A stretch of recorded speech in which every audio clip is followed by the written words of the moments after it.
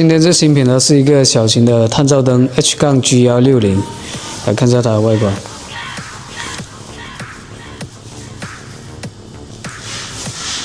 来自 Type-C 充电口。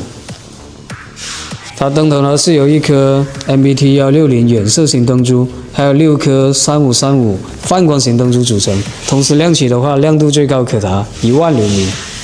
这里面呢是内置有一个散热的风扇的，我来听一下风扇的声音。然后这是一个支架孔的一个设计。